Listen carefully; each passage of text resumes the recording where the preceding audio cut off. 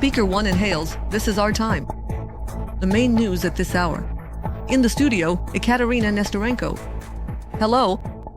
Russia launched 3 Kinzhal aeroballistic missiles for Iskander-M ballistic missiles and nearly 140 drones at Ukraine overnight into Monday.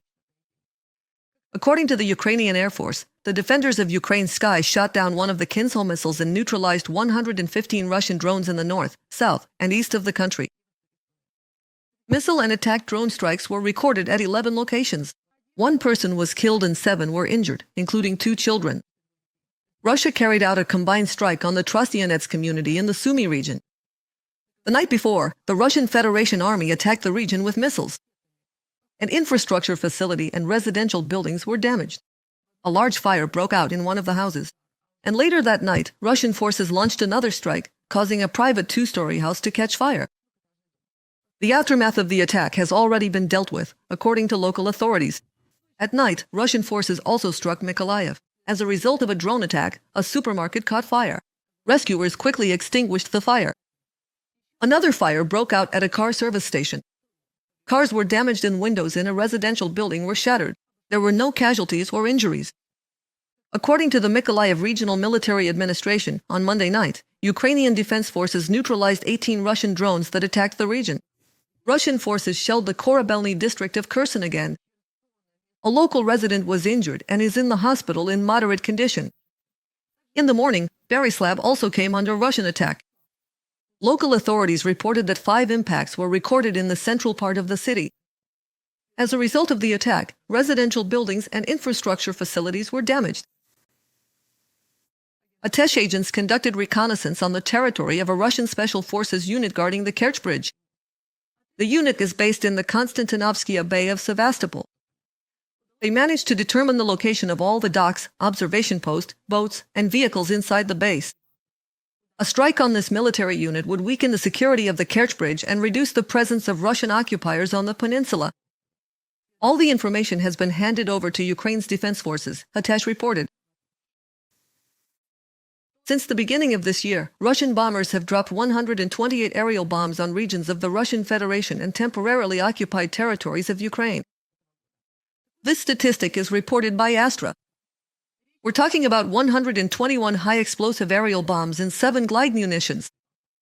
Journalists note that the Russian army has started equipping Soviet-era aerial bombs with universal planning and correction modules.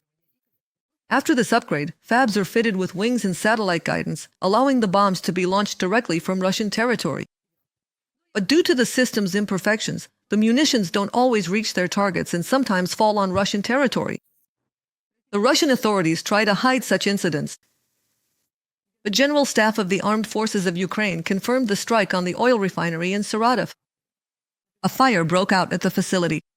A hit was recorded in the area of the oil refining units. The Saratov oil refinery is one of the oldest in Russia. As of 2023, it was processing almost 5 million tons of oil per year. The General Staff of the Armed Forces of Ukraine also reported strikes on several Russian army logistics facilities. Fire was also directed at the occupiers' logistics facilities in the temporarily occupied territory of Luhansk region.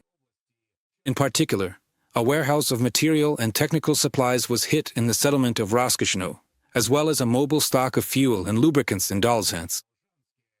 The defense forces are consistently carrying out a set of measures to strike critical elements of the military-industrial base of the terrorist state, aiming to deprive it of the ability to continue its aggression. From the statement of the General Staff of the Armed Forces of Ukraine on Telegram.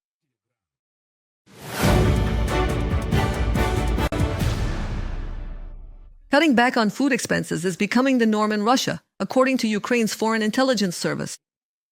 A third of Russians admit that they have to limit themselves when buying groceries. Shoppers are being forced to switch from mid-priced goods to cheaper and often much lower quality products. As a result, discounters, chains that offer the cheapest goods, are benefiting from this trend. Their share of the Russian market has already exceeded 60%. Victoria Chistiakina will continue the story. Russia's economy is slowing down rapidly.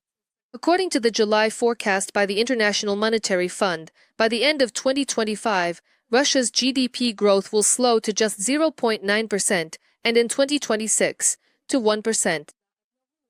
For comparison, in 2024, the figure was 4%. But the head of the central bank, Nabialina, insists that talk of a recession is inappropriate. She called on State Duma deputies to, and I quote, be responsible with their statements. The deputies, in turn, tried to find someone to blame for the crisis. Even though the reasons are obvious, Russia's war against Ukraine is eating up about half of the federal budget, and sanctions, Ukrainian drone strikes, and international isolation are preventing recovery and development. Where is the personal responsibility? All these proposals just blur the main thing, personal responsibility.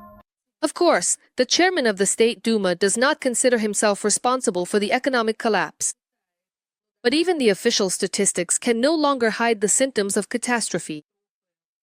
However, it's not just one industry that's in dire straits, it's many. According to calculations by the Center for Macroeconomic Analysis and Short-Term Forecasting, production in civilian manufacturing sectors, excluding those dominated by defense industries, has been rapidly declining since the beginning of the year. From January to August, output here has already dropped by 5.4%. In economists' terms, what's happening in Russian industry is called a frontal collapse, comments former First Deputy Chairman of the Central Bank Sergei Alexishenko on the latest Rosstat report. Everyone is dancing, meaning falling, compared to the first 9 months of last year, except for tobacco manufacturers, textile producers, and those sectors where statistics hide military production. From a publication by the Moscow Times. Experts note that the economy hasn't just cooled down, it has frozen. The situation is especially critical in the coal industry, which until recently was one of the main sources of foreign currency revenue for the budget. Here, the share of unprofitable companies has risen to 67%. The industry's profits have been cut in half, while losses have jumped 2.5 times. The credit market, which should serve as an indicator of trust, is showing the opposite. The share of problematic borrowers among legal entities has reached 23%, and about 165,000 companies are already unable to service their debts. This is a signal that the corporate sector has lost its financial stability. From a statement on the website of the Foreign Intelligence Service of Ukraine, Russians are feeling the consequences of the Kremlin's policies. People in Russia have started eating less, as shown by statistics. In September and October, food sales in the Federation dropped by 5%. And it's no wonder, price tags in stores change so often. Since the beginning of 2024, for example, potatoes have gone up by 167%, beef by 26%, milk by 25%, and rye bread by 24%. So, the total at the register goes up, but the number of purchases goes down. Potatoes, for example, used to cost 27 rubles per kilo. Now it's 45. 31% of Russians say they don't have enough money for food. That's the highest figure in 4 years. And next year, Federation citizens will also face a VAT increase. For the market, this will mean a drop in demand and a new round of inflation, and for the population, even stricter belt-tightening. Victoria Chistyakina, for Freedom TV channel. Looks like Putin is out of ideas, and he's calling on Wagner PMC again. That's how Estonian Prime Minister Christian Mikhail commented on the incident with a Russian border patrol boat on the Narva River, which was sailing under the Wagner flag. The head of Estonia's foreign ministry, in turn, emphasized this spectacle confirms the fact that Russia's iron system has cracked under the strain of its war of aggression and Western pressure.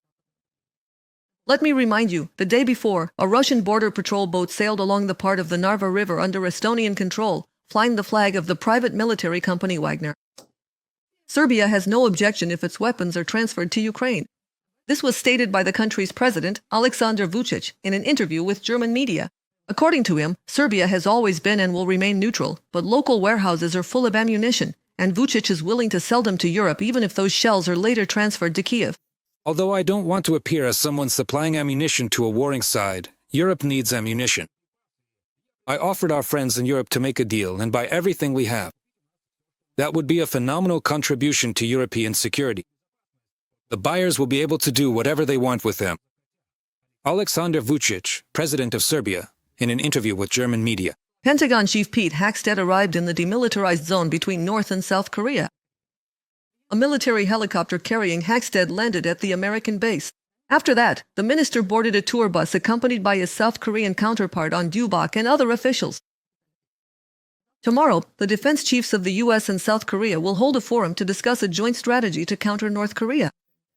Subscribe to UATV English and stay updated on the most important events, top news from Ukraine and all over the world, in-depth analysis, exclusive reports and interviews, all on hand in our channel. Join our community of viewers and stay tuned.